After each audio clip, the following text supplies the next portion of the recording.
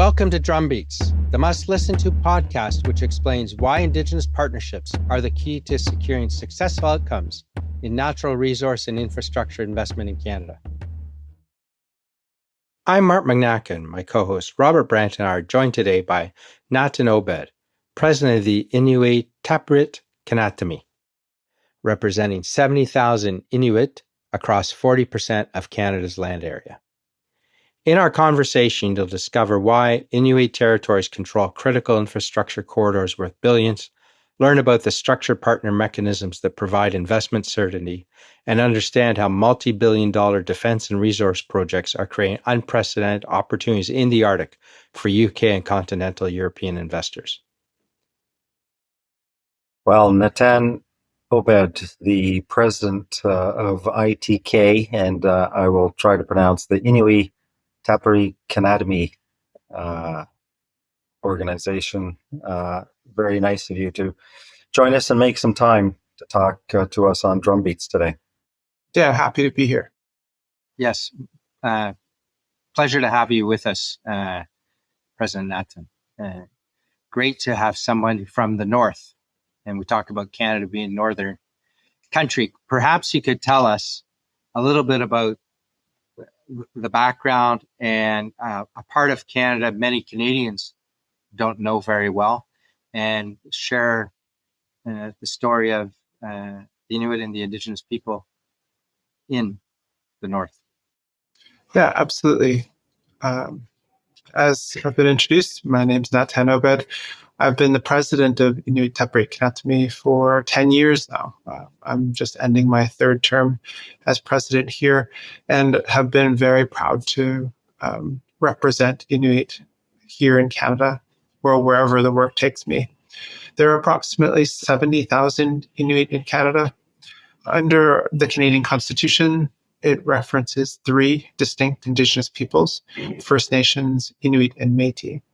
So to a global audience or even a Canadian audience, things that are very simple for us because we live the realities of these decisions or these constitutional arrangements may be something that people have not even encountered at all in their life. So I always try to start with the very basics, that we are one of the three Indigenous peoples of Canada.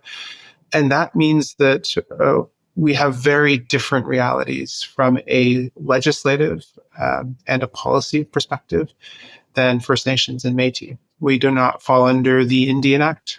We are citizens of public governments in Newfoundland and Labrador, Quebec, Nunavut, and the Northwest Territories. But we also have created our own institutions or Inuit treaty organizations. And we have treaties with the Crown across the entirety of our homeland, which we call Inuit Nunangat. And those treaties have been signed between 1975 and 2005. The sum total of land area is about 40% of Canada's landmass, or approximately 4 million square kilometers, and 72% of Canada's coastline. We also have about 32% of Canada's fresh water within our homeland of Inuit Nunangat.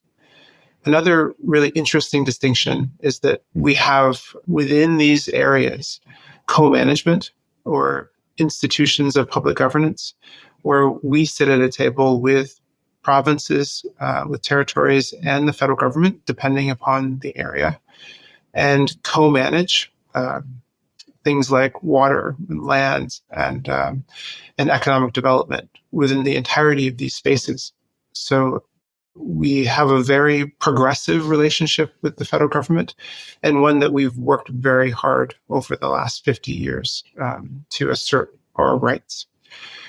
At the national level, Inuit Taprit Kanatami represents the rights of Inuit to the federal government and to Canada. And we work on the basis of consensus and unity. We have a board of directors. The presidents of each of the four treaty areas sit as the board of directors for ITK. And so we can faithfully present Canadian Inuit positions to the government and to the world. That's great background and helpful, President Obed. What about your own background? Where did you grow up? And what led you to the position of president eventually? I'm from Nunavut, which is Labrador. And I grew up in Labrador, but also in the United States. My mother is American. And so I bounced back and forth between Labrador and Maine for most of my childhood. I also played hockey. So I ended up playing junior hockey in New Hampshire and Montana in the US, and then played at Tufts University in Boston before finding my way back to Ottawa. I always had the intention of living in Canada. I've always identified as an Inuk, and I've always wanted to help however I can. So I've been very fortunate to be able to have a life experience where it has allowed for me to live in non-Indigenous parts of North America, to really get a sense of different realities, and then bring those realities together for the common purpose and common good of Inuit. I also lived in Nunavut for 10 years. My boys, who are now 18 and 16, still live in Nunavut, the capital of the jurisdiction of Nunavut. And so I have a little bit of a footprint in both Nunatsiavut and Nunavut. I've worked at Inuit Tapiriit now 3 times. I started off my career as an environmental policy analyst.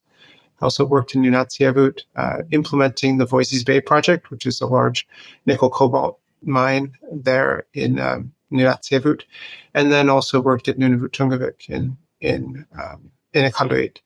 So I've spent my entire career working on behalf of Inuit in different positions, and have not regretted it for 1 second. I've really enjoyed the ability to have a career and work on behalf of my people. Well, you have a very interesting background, as you've highlighted, having been down south for part of your life and then up north again. So you do have those different perspectives that many Canadians, many North Americans don't have. So, and you're a hockey player. So some team made the mistake by not drafting you. Is that correct? We need a team up north, right? Yeah. Well, it was always my dream. My only dream for the majority of my childhood was to play in the NHL. And sadly, that didn't come to pass. Join the club. Yeah. Yeah. I guess we're going to have to ask, what was your dream team that you wanted to be drafted by? Well, if you're from a remote community, you really only have 2 choices. It's Montreal or Toronto. So that's all you see on Hockey Night in Canada. And as a kid, especially on the East Coast, I'm not staying up to watch the late games. So in the 1980s, Toronto was pretty terrible, and Montreal was winning cups. So I always imagined to be a Montreal Canadian, and I'm still a Montreal fan. Well done. Rob and I both have been cheering for Toronto for far too long. So at least you've had the experience. Yeah, I grew up between Toronto and Montreal, and so I actually support both teams. But living in the Toronto area now, the Leafs are my team. Yeah, I was born in Manitoba, so there was no way at the time I don't think anybody cheered for Montreal. There are very, very few, but a great hockey club. And again, coming back to your experience, really unique, very interesting. Can you talk a little bit, just again, for historical perspective for our listeners and viewers over here in the UK, about where Nunavut sits? Because for a long time it was in what was just called the Northwest Territories. And Nunatsiavut too, because for an area that I don't know much about as well, we had Clint Davis on not long ago on the podcast, also from Nunatsiavut, and understanding how Nunavut, Nunatsiavut, and the other regions fit together would be helpful. Well, in some ways, Inuit are fortunate in that the places that we occupied were the hardest to get to, especially for colonizers who wanted to build cities and build infrastructure or have pastoral lands. There's not much pastoral lands in the Canadian Arctic. So for Inuit, our colonial histories started with whalers and with the Hudson's Bay Company and with missionaries. From Nunatsiavut, we were colonized first by Moravian missionaries from Germany, but they only got that ability through land grants from the British Crown, as Newfoundland and Labrador was a part of Britain at the time in the 1770s. Other parts of the Canadian Arctic had many more interactions with whalers or with trading, and it wasn't until around World War II and the aftermath in the Cold War that many of our communities became permanent communities. Much of those reasons were because of Canadian fears around sovereignty, but also the new ability to have a very overarching and intrusive control over Inuit communities, and in many cases compelling Inuit to abandon our seasonal structure of living and to move into newly created fixed communities with terrible results, I might add. But we are situated at the top of Canada, and in some cases as little as 100 or 200 kilometers from Greenland on our eastern borders. And on our western borders, we are very close to Alaska. So much so that many Inuit have family members or have intermarried and have deep connections across borders from Greenland to Canada to Alaska. Even though we have an incredible distance towards the 5,000 kilometers from east to west, we have one culture and one overarching language and a very common way of seeing the world. So we have actually an international body called the Inuit Circumpolar Council, and we have Inuit in the Circumpolar region of Russia, Alaska, Canada, and Greenland, who all come together and work together on the international stage on the UN processes and really creating unity amongst each other. So it's a pretty remarkable society, and it can't be underscored enough how important this area of the world is now geopolitically, and how important it is to involve Inuit in whatever is to come. Yeah, that was pretty clear. I traveled for the first time up to Nunavut earlier this year. That's where I first met you at the Nunavut Arctic Sovereignty and Security Conference, and I was really blown away, partly because there were, as you say, Greenlanders there who were clearly considered themselves brothers and sisters, but also the interest in the Arctic from all corners now, and the excitement on the one hand for what might come, but also hesitation too, because a lot of development and initiatives, but that change sometimes isn't easy. Yeah.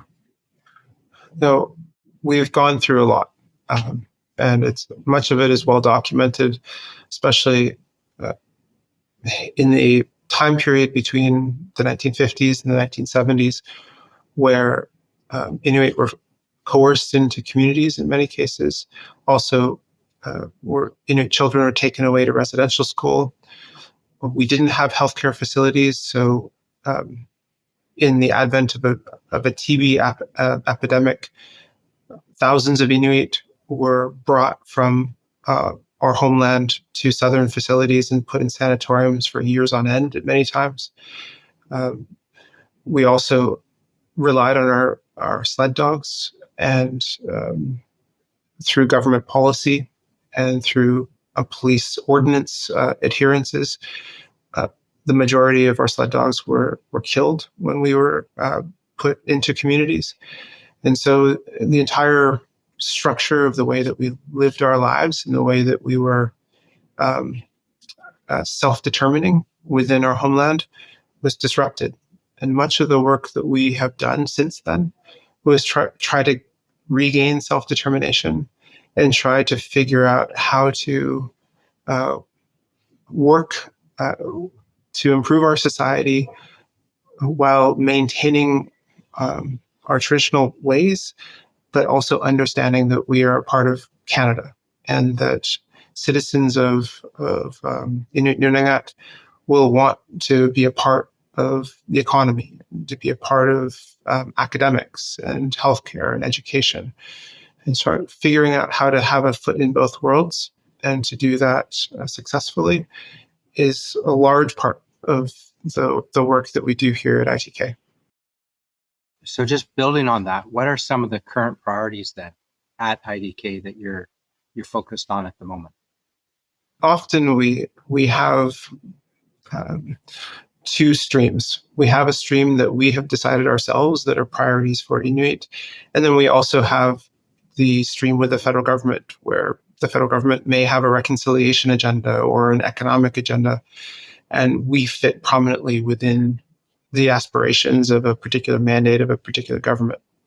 And so we have to be at the table and engage and work with governments. And so that sometimes is a large pull on our time.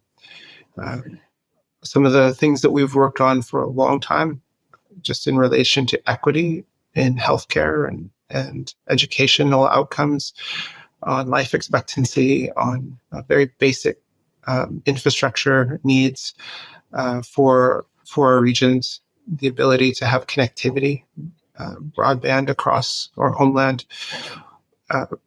the ability to rise out of poverty, to have enough food. We have strategies and policies and are trying to implement programs and services across Inuit Nunagat for all of those different areas. In the last 6 months or so, there have been a lot of conversations nationally about whether it's defense and militarization of the Arctic or building one Canadian economy. And so we've been brought into that conversation as a priority as well. And it aligns with the long-term needs that we have as Inuit in Inuit Nunagat, in one of the most remote places in the country. We just hope that we can align the interests so that we don't have a replication of what happened during the Cold War era, where the US and Canada built massive infrastructure projects across our homeland with no intention of having any of the benefits, whether they be economic or practical benefits to communities and to Inuit ourselves. It was done as almost like a layering on top of an existing society without any overlap between what was happening at those installations and at those bases versus what was happening within our society. So we don't want to see a replication of that. We want to be integrated in the way that we approach these issues. We are proud Canadians. We want to stand up for our country, but we also want to bring Inuit Nunagat into Canada. We want to ensure that we can be economically successful, but also that our communities can be sustainable and enhanced by any of the investment that is to come in the Canadian Arctic.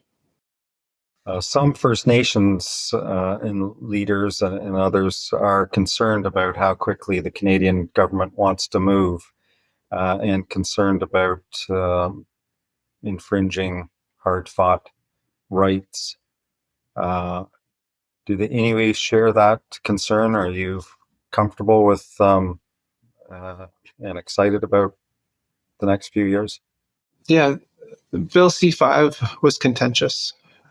ITK opposed the passing of Bill C-5 in the manner that it passed. It's not that we had massive concerns with the spirit and intent of the legislation. We were concerned about the lack of consultation and the fears in some of the provisions that may be at odds with our modern treaties and the provisions of our modern treaties. We have been told repeatedly by the Prime Minister and the Cabinet members associated with the work that our treaties take precedent over Bill C-5. We also did a lot of work in the previous government to amend the Interpretation Act to include a universal non-derogation clause. I know that's a lot of jumble for anyone who doesn't follow legislative paths closely. But basically, the non-derogation clause says that no piece of legislation can ever be passed in Canada that that supersedes the constitutional and the overarching rights of Indigenous peoples, especially through treaties and through previous pieces of legislation. You can't amend the Constitution through legislation or impede the rights of Indigenous peoples through legislation that's protected under the Constitution. And in Canada, we were very fortunate to have that cover under our Constitution for the upholding of our rights. We hope that all of this holds.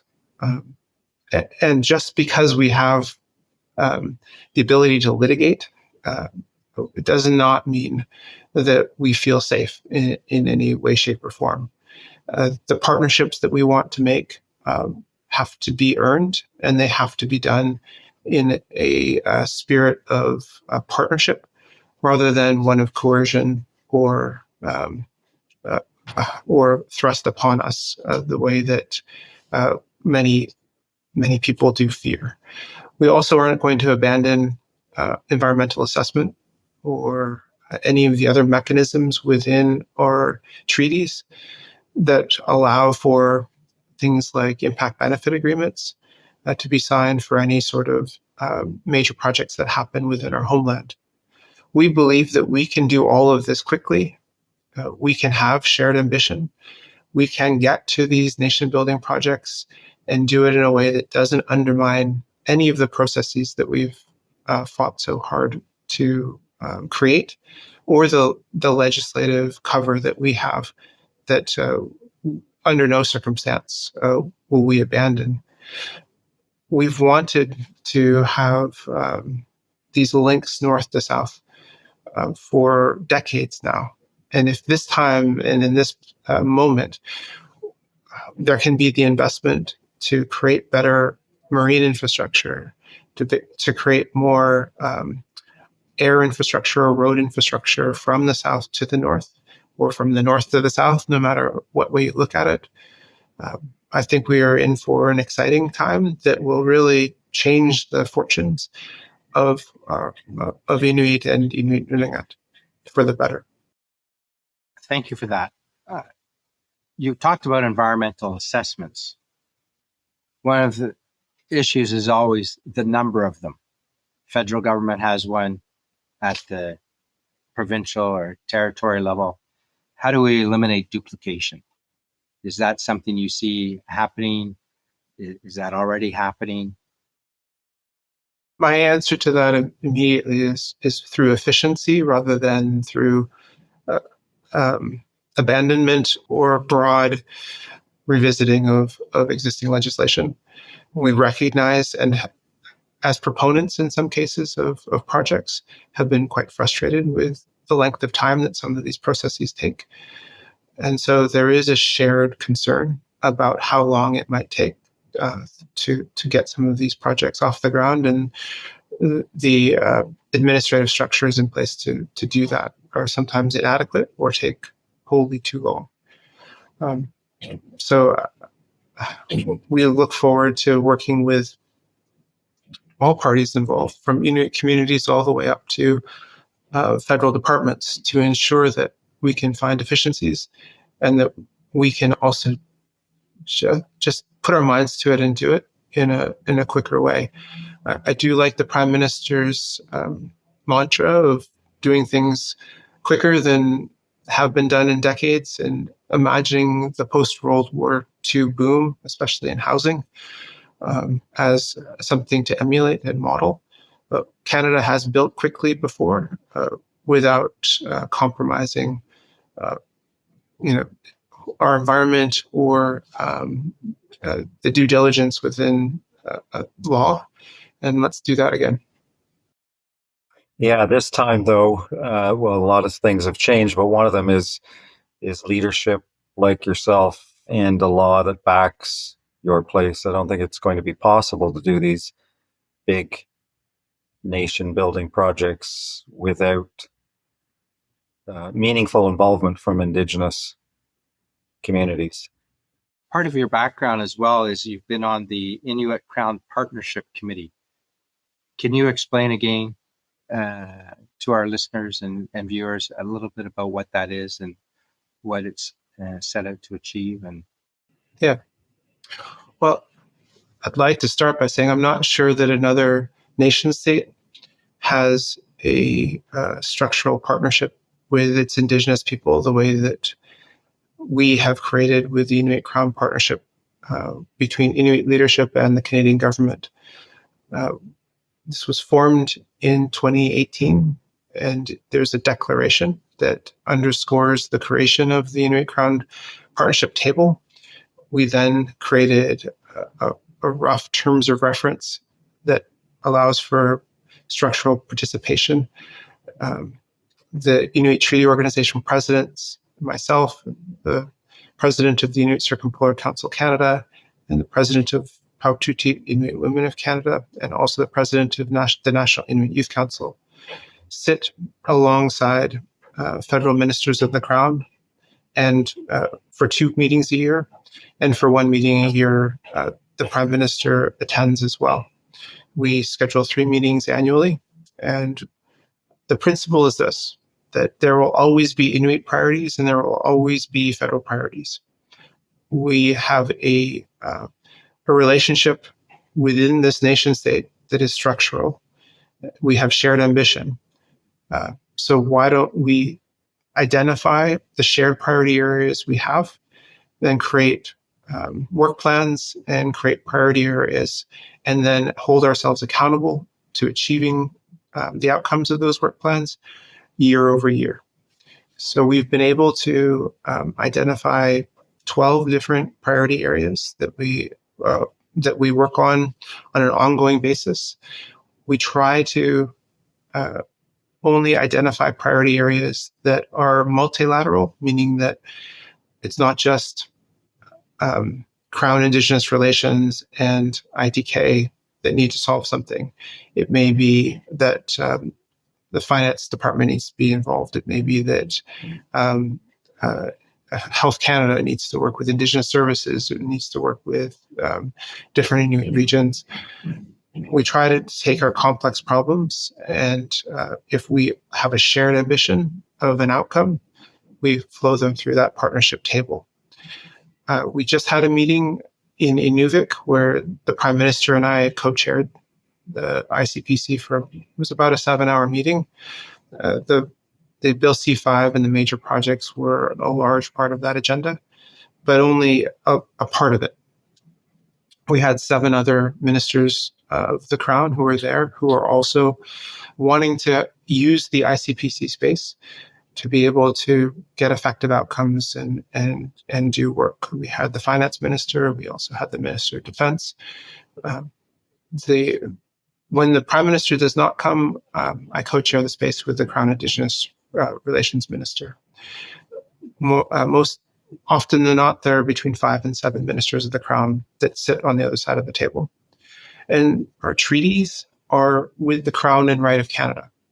So the Inuit Crown Partnership is just very literally taking the treaty relationship that we have and putting it on the working level, rather than it being something that is nebulous or that has no day-to-day functionality to it.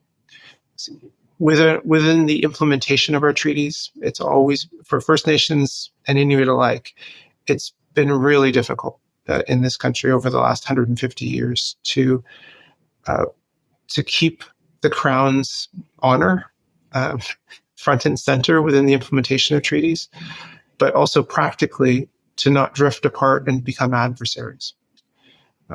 Our leadership, especially Dwayne Smith, the Inuvialuit chair, always says, they're just as much Canada's treaties as they are Inuit treaties.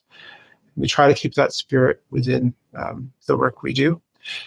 We have some great outputs, one being the Inuit Nunangat policy, which is a policy that we co-developed through the ICPC space, but Prime Minister Trudeau announced was a federal government policy and released it in 2023.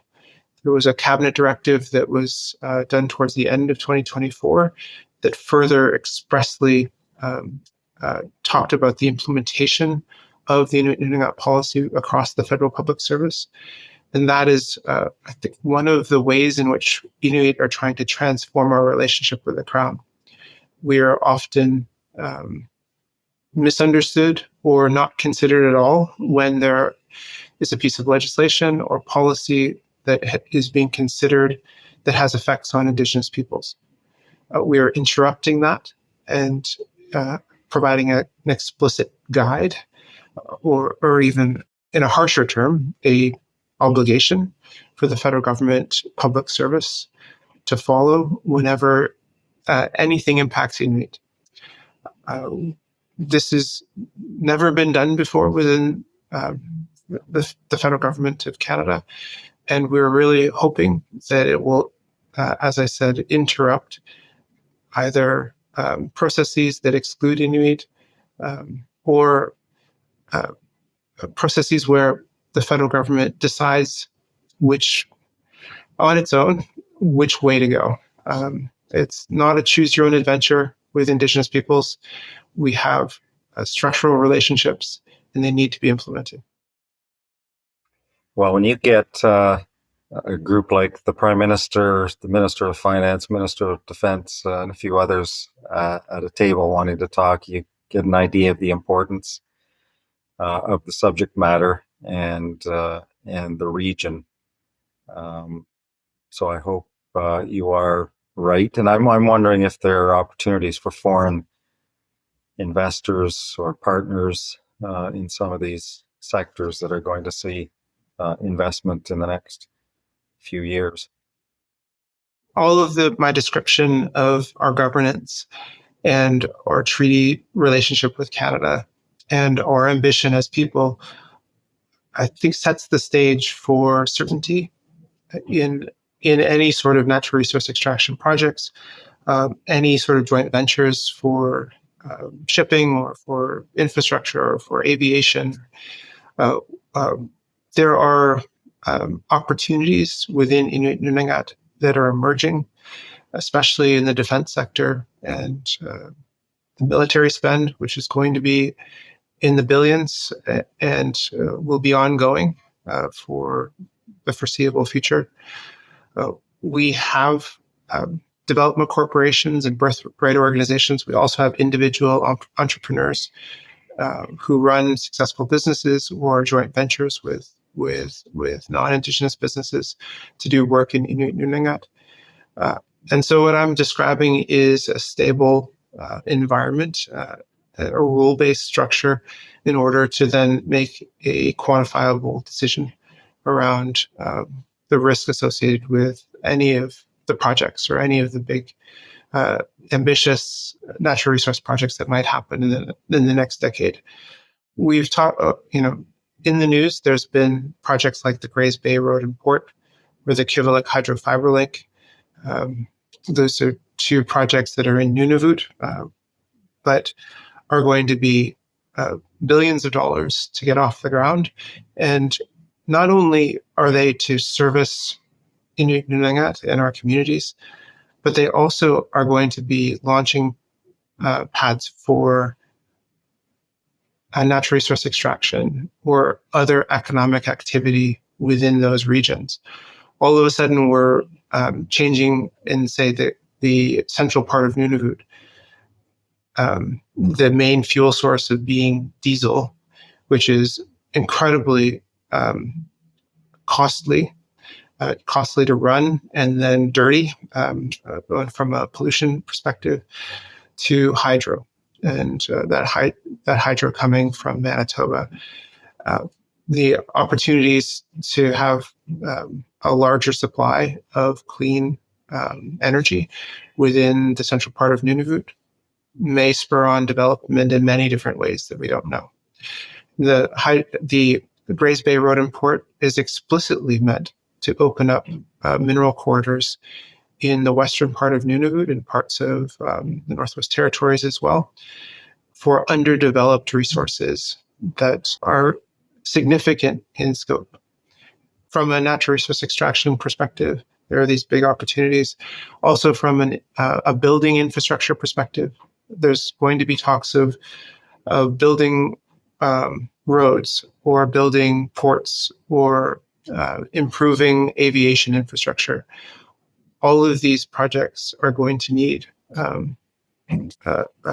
lot of investment, but also a lot of know-how and expertise that is, in some cases or many cases, going to fall outside of our ability to provide on our own. So there are many different opportunities for partnership. And I would just say that going through the front door is always the best option when working with Inuit. We have land claim agreements, we have rights holding institutions, we have development corporations. This is not a Wild West. And if investors or potential businesses think that they can come in and treat Canada like a third world country or like an unregulated environment where Indigenous peoples are not a central part of this equation of doing business, I would just say that that is not the case. No, there are good structures in place. There are knowledgeable advisors and great leadership like yourself to hopefully avoid that. That's a great message. Yes, absolutely. Just before we wrap up, unless there's some other issues you'd like to raise, it's been a great conversation. Can you talk a little bit about the flag? Because most people will not have seen that flag. Can you describe it for our audience? Okay. It's meant to do two things. One, there are 4 Inuit regions within Inuit Nunavut in Canada. So there are 4 Inuit on the flag. They represent men and women. Women have a different style of parka or winter clothing called an amauti. Many people would know that women carry the babies in their backs just as much as any other way when they're infants. And so there are 2 women and 2 men. In the negative space in the middle, there is the Canada flag, or the maple leaf that is on the Canadian flag. It's meant to show that we are a part of Canada and we're very proud to be a part of Canada.